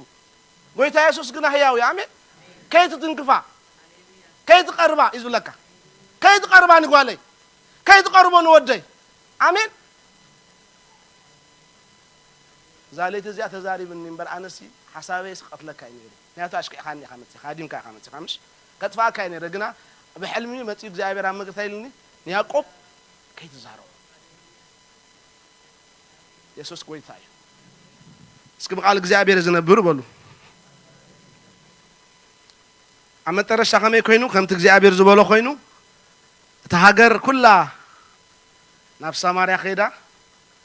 ነቲ ወርቂ ነቲ ዝመት ዘሚቶም እግዚአብሔር ዝተመስገነ ይኹን ከምቲ እግዚአብሔር ዝበሎም ከምኡ ገይሮም እግዚአብሔር ዝተመስገነ ይኹን ሽዑ እቲ ህዝቢ ወፂኡ ነቲ ሰፈር ሰራውያን ገፈፎ ከምቲ ቃል እግዚአብሔር ድማ ከምኡ ኮነ ከመይ ኮነ ከመይ ኮነ ከምቲ ቃል እግዚአብሔር ዝበሎ ከምኡ ኮነ ከምቲ እግዚአብሔር ተዛረቦ ከምኡ ኮነ ኣብ ሂወትካ ሎሚ እግዚአብሔር እንታይ ተዛሪብኩም ኣሎ ኣሕዋተይ ሕጂ እሱ ዘክርዎ በቃ እንታይ ተዛሪብካ እግዚአብሔር ፓስተር እንታይ ኢልካ እግዚአብሔር ብዛዕባ ቤተክርስትያን ሽማግለታት እንታይ ኢሉና ብዛዕባ ቤተክርስትያን እግዚአብሔር ንሓዳርኩም እንታይ ኢልኩም እግዚአብሔር ንጥዕናኩም እንታይ ኢልኩም እግዚአብሔር እሱ ዝኸውን معاست لكم لجنا اتقال حزنايو دو مسبلنا خبرنا عملاقكم امين كما اللي خون تلكم ترفيكم كتب بركه تحت قبريكم ترفيكم كمل يخون أي بحالني آمين اللي كانت قالتها يخون يتحس اسك آمين آمين كبرنا قويتها يخون أبزع عمزي قال እግዚአብሔር ኣብ ህይወትና ክፍጸም ንዝኣምን ነፍሲ ዝኾነ الله أبزع عمزي እግዚአብሔር ተዛረበና በትንቢት ተዛረበና በቃሉ ተዛረበና በራእይ ተዛረበና በሕልም ተዛረበና አምላክ ተመስገነ ይሁን አሜን በብዙሕ መንገድ ተዛረበና እግዚአብሔር ኣብ ህይወትና ዝፍጸመሉ ዓመት እዩ ከመይልና ግን ከምቲ ፓስተርና ዝበሎ እዚ ዓመት እዚ ናይ ምንታይ ዓመት እዩ ናይ ምስጋር ዓመት እዩ ክንሳገሪና ማዓስልና ትልኩም ዳን ቃል እግዚአብሔር ክንኣምን ጀመርና አሜን ክንሳገሪና ንማዓስ ቃል እግዚአብሔር አሜን ኢልና ክንወስዶም ጀመርና ይኸውን ኢልና ክንወስዶም ጀመርና ከምቲ ቃል እግዚአብሔር ዝበሎ ከምኡ ኮነ አምላክ ተባረከ ይሁን እስካብ ህይወቴ ከምቲ እግዚአብሔር ዝበሎ ይኸውን በሉ ኢየሱስ ክርስቶስ ጎይታ እዩ ኣብዘልና ደው ክንብልና ሓውና ናብዝ እንዳመፀ ኣውና ወደብ እግዚአብሔር ዝበሎ እዩ ክንብልና እግዚአብሔር ይመስገን እቲ ኣብ ጥቃኹም ዘሎ ሰብ እግዚአብሔር ዝበሎ እዩ ዝኸውን በሉ ሓዘዎ መፅቡ ጌርኩም እግዚአብሔር ዝበሎ እዩ ዝኸውን በሉ ኣብ ሓዳርካ እግዚአብሔር ዝበሎ እዩ ዝኸውን ኣብ ኢኮኖሚካ እግዚአብሔር ዝበሎ እዩ ዝኸውን ኣብ ጥዕናካ እግዚአብሔር ዝበሎ እዩ ዝኸውን ኣብ ነገራትካ ኣብ ቢዝነስካ እግዚአብሔር ዝበሎ እዩ ዝኸውን ኣብ ተሓስቦ ዘለካ እግዚአብሔር ዝበሎ ጥራይ ዝኸውን ሃሌሉያ እግዚአብሔር ዝበሎ እሱ ይዝኸውን እግዚአብሔር ዝበሎ እሱ ይዝኸውን እግዚአብሔር ዝበሎ እሱ ይዝኸውን እግዚአብሔር ዝበሎ እሱ ይዝኸውን እግዚአብሔር ዝበሎ እሱ ይዝኸውን እግዚአብሔር ዝበሎ እሱ ይዝኸውን እግዚአብሔር ዝበሎ እሱ ይዝኸውን እግዚአብሔር ዝበሎ እሱ ይዝኸውን ንሓሶስ ሰይጣን ከይሰምዖ እዝነይ ሓቲመየ ዝበሎ ከም ዝገብሮ ኣኸይ ኣምኖይ ንሓሶስ ሰይጣን ከይሰምዖ እዝነይ ሓቲመየ ዝበሎ ከም ዝገብሮ لاخي كي يحسو صبا يكونن كي يتعاس دما صبا يكونن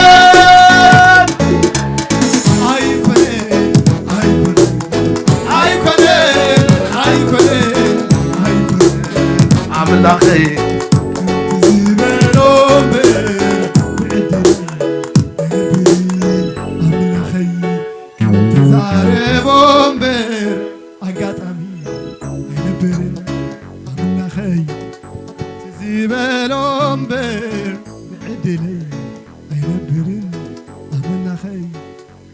ዛሬ ቦምበር አጋጣሚ ነበር እግዚአብሔር አምላክ ባረክ አነ ተሓተትኮ አንተ ቦንታይ ነይሩ እግዚአብሔር ተትርልኻ እንዲያነራ መንደቅ ከፍርስ ኮሎ ይድረ ዘለው አምላክ ስራሕ ይካላኒ ካይልን አምላክ መስግነለሁ ኮሙዬ ማለት ኣብዛ ዓመት እዚኣ ዝራእኹ ዝሪኦ ዘለኹ ነገርታ ኣሎ ኮይነስ ወለ እግዚአብሔር ንዓይ ስራሕ ሳይጽነለይን ሃይለ እንታይ ገብረ ማለት መንደቅ ከፍርስ አይገርበኩምን እሱ እቲ ኣብ ውሽጢ ዘሎ ከመይ ከም ዝኾነ ርኢኒ ኮሙዬ ዝፈቱ እግዚአብሔር አምላክ ባረክ ዝገለ ዝወልቆ እንተሎ መልዓል ዝፈርስ ተሎ ካብ ምፍራስ እሱ እቲ ንዓይ ዝሐጉሰን እግዚአብሔር አምላክ ባረክ እዚ ጎይታ እዚ እዚ ወዲ አምላክ እዚ ፈታዊ ሰብ ፈትዩ ሰብ ዝኾነ ወዲ አምላክ ሎሚ ይደለየከሎ እሞ እንተዳ ገለ እዚ መንገድ ዘይተረዳእካ ወይ ዘይተረዳእኩም እንተዳ ኣሎ ኮይኑ ብሓቂ ኣብ ቅድሚ እግዚአብሔር አምላክ እዛ መዓልቲ እዚኣ ዕድልኩም እያ ተዛሪቡ ዘይጠልም ርኢዩ ዘይሓልፍ ክድንግፅ ዝከኣሎ ከም ሰብ ከዓ አፉ ኢሉ ዘይሓልፍ ወዲ አምላክ ወዲ ዳዊት ጽበየኩም ኣሎ እንተዳ ኣብ ልብኩም ጎይታ ሎሚ ደሌካ ለኹም አምላክ ቅርባይ ኣይሓልፍን እዩ ኢየሱስ ክርስቶስ ጎይታ ስምካ ይባረኽ ንባርከካ ኣለና ድኹማት ምዃንና ኣብ ተባሃልነ ጠጠውን ባል ዝተኣንና ከም ምዃንና ንእምን ኣለና ኩነታት ክፅፅዕ ከሎ ኣምላኸ ክንሃድም ከም ንደሊ ይርድኣኒ ኣሎ ግናኸ ኣንታ ዘይትደክም ዘይትሕለል ክድግፈና ጠጠው ክተብለና ኣብቲ ምጅጃውና ኣብቲ ምፍርሃና እውን ወኣምላኸ ንስኻ ክተጽንዓና ይከኣለካ እሞ أنت أملاك يعقوب أملاك جديون لومي مسانا الله خان أمنك لنا رد أنا كتساقرنا خا كالك أيو أملاكه عمت مسجار غيرك كتساقرنا تي إجابير أبا أنت نازل له وأملاكه إنري أزلنا كله كتر إننا ترى حزي خونس كترجس أننا كنتك برو أملاكه كتخلنا يكالك أيو إجابير أملاكه تسفانا ملو رديتنا خا حلو إجابير أملاكه نخلو حشمشم زبل إمو بقو إجابير أملاكه أين حفرن بقون وأملاكه كن أتو بقون كنوت إيك علينا إمو وإجابير أملاكه نزفر حنا كله نبخنا بأملاك ندربيو لنا عوثنا نسخاها كبرنا نسخاها موجسنا نسخاها إجابير أملاكه بأخا نتبع بأخا نحيل إجابير أملاكه قالك تمالي لومي نسيو على وطن بقالك ها وأملاكه نحبنا نخرعنا لنا كبرنا عخا يكون ثم إجابير أملاكه إنه بمكر هذا حلف زلوا حواتنا نحتنا نذكرهم علينا إجابير أبوي زمنكم يكتب لهم جزيهم يكتب لهم نسأل علينا فرت عطلولو أبغبوت ديبولو ترى أيولو زمن يكتب لهم إجابير أملاكه نسأل علينا معه حشم شمكبل ما أثرت إجابير أملاكه إنه كفرس حصورات إجابير أملاكه يوم ذنا برخون أملاك سماء كتكبر زمن محرتن زمن مفقرن زمن يقرم بحالن كتكبر يكالك هاي وأملاك موجس كام أخلنا يسرح أما أخل زبخ يسرح إجابير أملاكه زانتا قدسان كنزنتو صدق إجابير أملاكه أملاك نوري إذا عمت زيت وهبنا لهم أملاكه نبخنا أملاك إنه كله نقدر فلنا تبارك سلك عالكا تبارك سلك حب كان نجزين حرتن كبر كلنا عاخي خون بسم يسوع كريستوس أبسمات تنبر ربنا سم كاي قدس من كساد نصا فأركام تاو سمات كون مامدرنا يخون نعلن جرانا لهم حبنا نحنا نزبدلنا رقم زبلنا لهم بدلنا عربل كب كفو كله أحنا نمبر أفيتنا عيتونا من قصنا حالن كبرن سلطانن زلالم هركيمو آمين እግዚአብሔር አምላክ ባርኩም ሰላም አምላክ ምሳኹም ይኹን ተተሓዙ ንተሓዝ አምላክ ረዳአና እዩ ንተሓዝ አምላክና አምላክ ፍቅሪ እዩ